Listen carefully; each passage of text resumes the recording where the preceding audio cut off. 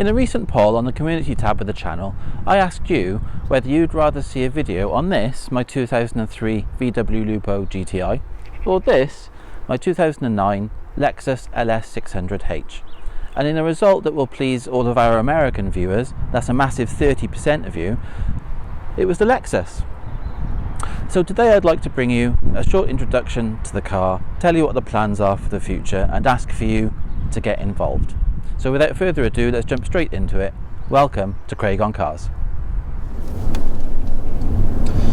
Are you sitting comfortably? This is such a calm, reassuring environment to be in, near silent.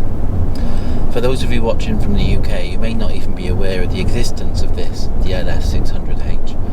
Whilst Lexus have sold an LS model in the UK since back in the 90s, first with the LS400 and then with newer generations, the 430 and 460, perhaps even the 500, the LS600h quietly slipped under the radar. I think they only sold a few hundred over here. Indeed, since I bought the car, I've not seen another one on the road, and that's something that I actually quite like. It brings an extra element of individuality about the car, though that scarcity will no doubt come back and bite me when it's time to source and pay for spare parts. For those of you that have subscribed to the channel for a long time, thank you for sticking with me. You may recall seeing pop up in previous content my last daily driver, a 2002 Volvo V70 Estate, the 2.4 petrol. And whilst that was only ever supposed to fill a gap for 6 months, it ended up being my dependable daily driver for the best part of 2.5 years. But it was so dull. It was really bland, it was extremely slow, actually quite thirsty, and it was starting to show its age. I found myself looking in what I can only explain as a perfectly normal and rational thought process at reviews and sales adverts for early to mid noughties V12 super saloons, chief amongst which was the E66 long wheelbase generation BMW 760.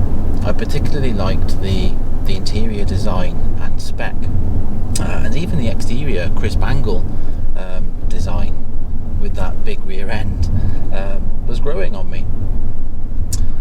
There weren't that many on the market. The ones that I did see, ultimately my head took over. The fear factor involved of a BMW that was 20 years old, and the electrical niggles that will undoubtedly be creeping in, as I've discovered on my own E31 8 Series, along with the known V12 issues that model bring. It was just the financial ruin that I could see coming with that as my daily car. It was just too much of a risk for me.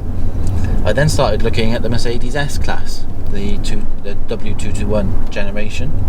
There was something that driving along, seeing that three-pointed star at the front of the bonnet in front of you, I found quite aspirational. But for the same kind of money that you'd be paying for a BMW 760, I didn't actually think that the interior spec on those big Mercedes was anywhere close. And then I came across YouTube videos on the LS600. Thank you, JM on Cars, for that one. And ultimately, that's what Lexus were all about, wasn't it? The point of their existence was to better the competition, to create the best car in the world.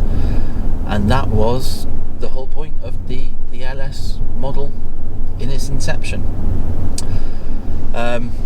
I came across an advert for this very car on the other side of the country, and I was smitten straight away. The interior on this car was just so opulent. I jumped on the train within a few days. The deal was done and the car was back on the driveway. It's a little bit more expensive than the BMW and Mercedes options. It did require some additional borrowing, but I'm hoping that the famed Lexus reliability will make this a much more viable daily driver. So what's the plan? What next? Well, primarily I'm going to use this 5-litre 440 brake horsepower titan of the road as my daily driver. School runs, work trips, shopping trips, general day-to-day driving. this is what I'll be using. But I'm also going to be bringing you content on life with this car. And what would you like to see? Please do comment below, be it facts and features, updates on running costs, road trip challenges.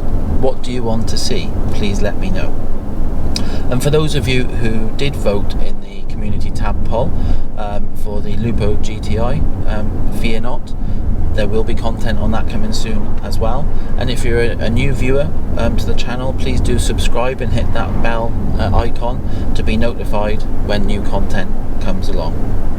Thank you for watching. It's great to be back, and we'll see you soon.